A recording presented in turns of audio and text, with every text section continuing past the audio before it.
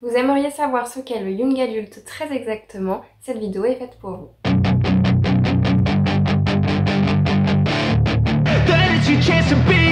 Hey kid, don't ever let them get inside your head. They'll tell you what to do in life instead of everything you know that you could get. Don't let them guide your life. Bonjour à tous, c'est Divine, j'espère que vous allez bien. Je suis très heureuse aujourd'hui de vous retrouver pour une nouvelle vidéo où je vais vous parler du Young Adult et de ce qu'est le Young Adult. Alors, qu'est-ce que c'est le Young Adult concrètement? Le Young Adult, on le confond souvent avec un genre littéraire et ce n'est pas un genre littéraire. Le Young Adult n'est pas un genre littéraire à proprement parler, mais par contre, on va plutôt parler d'une case, d'une indication, d'une catégorie notamment. C'est une catégorie au même titre que la jeunesse ou le côté adulte. Cette catégorie indique notamment le public concerné, le public cible, et ici on va surtout parler en termes de tranche d'âge. Le Young Adult, concrètement, on va le traduire en anglais et donc en français par jeune adulte. Et donc avec le Young Adult, on va surtout parler d'une tranche d'âge entre 15 et 30 ans. Bien évidemment, on peut le lire plus tôt, on peut le lire plus tard. C'est vraiment une indication comme le terme jeunesse. Cette catégorie, le Young Adult, va intégrer absolument tous les genres littéraires. Bien évidemment adapté à l'âge. Donc vous allez avoir de la romance, de la fantasy, de la science-fiction, vous allez avoir des thrillers, vous allez avoir notamment beaucoup de fantastique. C'est donc vraiment une catégorie qui englobe tous les genres littéraires de façon à pouvoir être appréciée par cette tranche d'âge précisément. Donc vous l'aurez compris, c'est une catégorie qui amène énormément de possibilités et beaucoup de choix. On a un panel extrêmement large, mais on a un panel très large en termes de genre littéraire, mais également en termes de sujets, de thèmes. Avec cette catégorie, vu qu'on passe de l'âge vers les 15-14 ans à plutôt 18-20 ans, on va vraiment avoir des sujets qui vont être plus légers, comme des sujets beaucoup plus durs, beaucoup plus sensibles et beaucoup plus d'actualité. Le but de cette catégorie, c'est vraiment de donner, d'offrir au public une identification et surtout des problématiques qu'il va connaître, qu'il va rencontrer et dont il va être le héros via cette œuvre. Donc vous l'aurez compris, on a vraiment une forte identification au héros puisque la personne qui va lire ce livre va pouvoir s'identifier via ses problématiques, via ce que vit le personnage, que ce soit en fantastique ou en contemporain.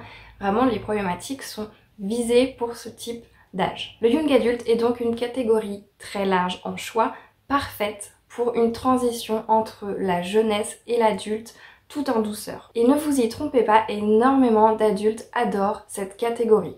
Pourquoi ?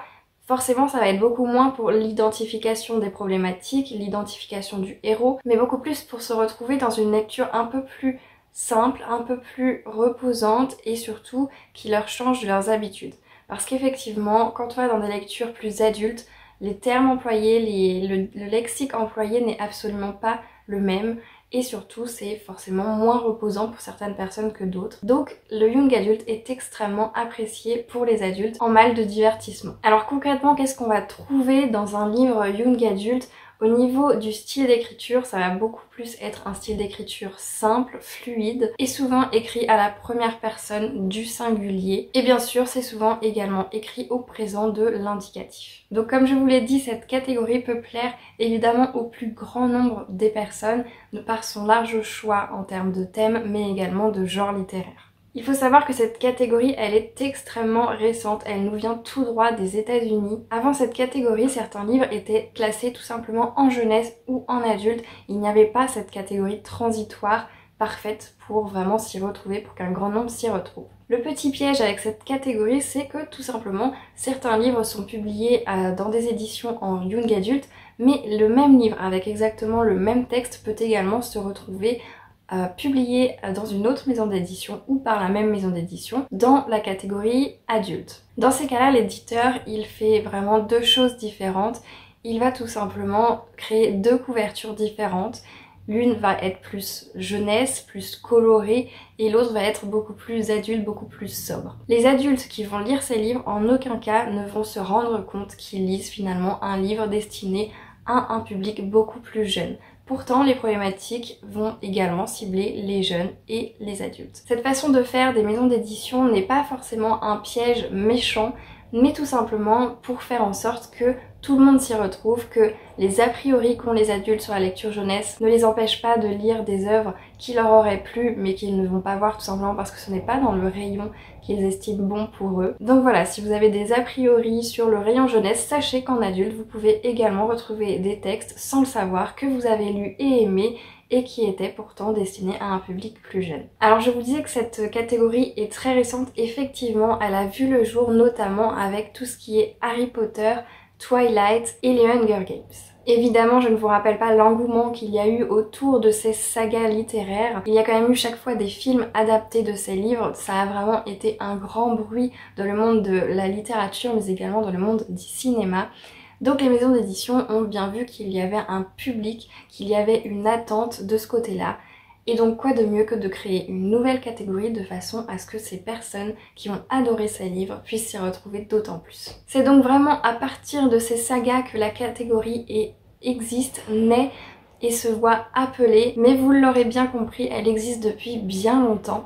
Seulement on ne la nommait pas de cette façon et on ne rangeait pas les livres dans la catégorie puisqu'elle n'existait pas. Donc les livres étaient tout simplement rangés soit en jeunesse soit en adulte en fonction du bon vouloir du libraire et en fonction du texte. Donc pour conclure, cette catégorie est une catégorie plutôt jeunesse qui va plaire tout autant aux adultes. C'est une catégorie qui va viser un public cible entre l'âge de 14-15 ans à 20, 25, parfois même 30 ans. Le young adulte sert vraiment de pont entre la jeunesse et l'adulte. Pour preuve, certains livres qui se retrouvent autant édités du côté young adulte que du côté adulte. Ces doubles sorties servent tout simplement aux adultes pour découvrir des textes qu'ils n'auraient pas forcément découvert s'il était rangé en young adulte. Voilà, cette vidéo est terminée, j'espère qu'elle vous aura plu, qu'elle vous aura aiguillé. N'hésitez pas à me dire si vous aimez le young adulte, si vous êtes dans la tranche d'âge cible, ou alors si vous êtes comme moi, vous êtes plutôt dans la tranche d'âge au-dessus, mais finalement vous aimez tout autant ça. Sur ce, je vous souhaite à tous et à toutes de très belles lectures et je vous dis à la prochaine.